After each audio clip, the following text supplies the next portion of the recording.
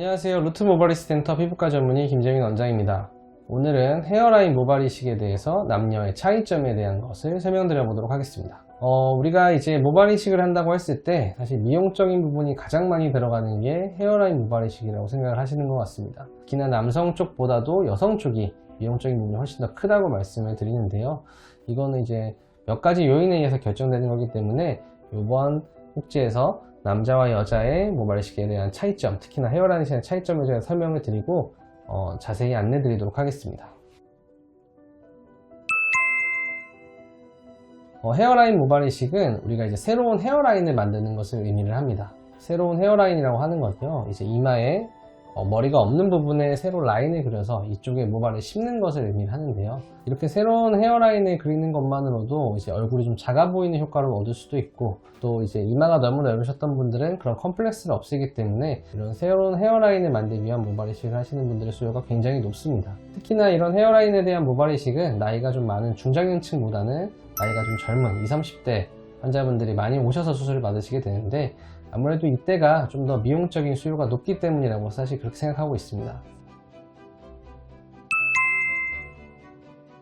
일단 헤어라인 모발 이식의 남자와 여자의 차이는 일단은 헤어라인의 모양 차이가 가장 크다고 보시면 되겠습니다. 일반적으로 선호하는 남자와 여자의 라인 차이는 확실하게 있습니다. 우리가 일반적인 남자의 헤어라인을 생각해 봤을 때 일반적인 경우는 살짝 M자인 경우를 의미하게 되는데요. 여자의 헤어라인은 이와는 다르게 조금은 둥근 형태의 헤어라인을 많이 선호하시는 것 같습니다. 우리가 이제 TV에서 많이 보는 연예인들 헤어라인을 보시게 되면 더 정확하게 볼 수가 있겠는데, 일반적으로 남성분들 연예인들을 봤을 때는 직선이거나 아니면 살짝 M자로 올라가는 형태의 헤어라인들을 많이 선호하시는 걸 볼 수가 있고, 여자분들 같은 경우에는 아주 동그랗게 이쁘게 헤어라인을 하시는 경우를 많이 보게 되는 것 같습니다. 이 두 가지 수술을 생각했을 때 약간의 차이점들이 좀 발생하게 되는데요. 남자분들 같은 경우는 일반적이라고 하면은 좀 굵은 머리들을 이제 잘 심으면서 이 헤어라인을 빽빽하게 보이는 인상을 주는 것이 굉장히 저는 중요하다고 생각합니다. 특히나 나이가 젊은 분들이 하셨을 경우에는 이 밀도가 굉장히 중요하다고 생각을 하는데, 이 밀도가 충분하게 들어가 있어야 결과가 훨씬 더 좋고 환자 만족도도 좀 높은 것 같습니다.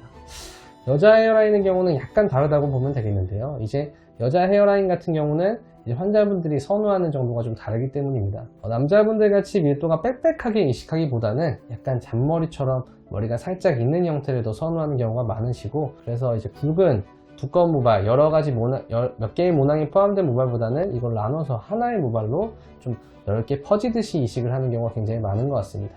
이렇게 잔머리들을 좀 넓게 했을 때 훨씬 더 자연스러워 보이고 또 좋아지는 형태가 나타나게 되고, 또 실제 심는 각도도 여자 헤어라인 같은 경우는 좀 더 누워있는 형태로 심게 되기 때문에 이런 것들에서 남녀 헤어라인 모발에 차이가 발생한다고 보시면 될 것 같습니다. 지금까지 남녀 헤어라인 모발 이식에 대한 차이와 모발 이식을 어떻게 진행하는지, 디자인을 어떻게 하는지, 그 다음에 어떤 방식으로 모발 이식을 하는지를 설명을 드렸는데요.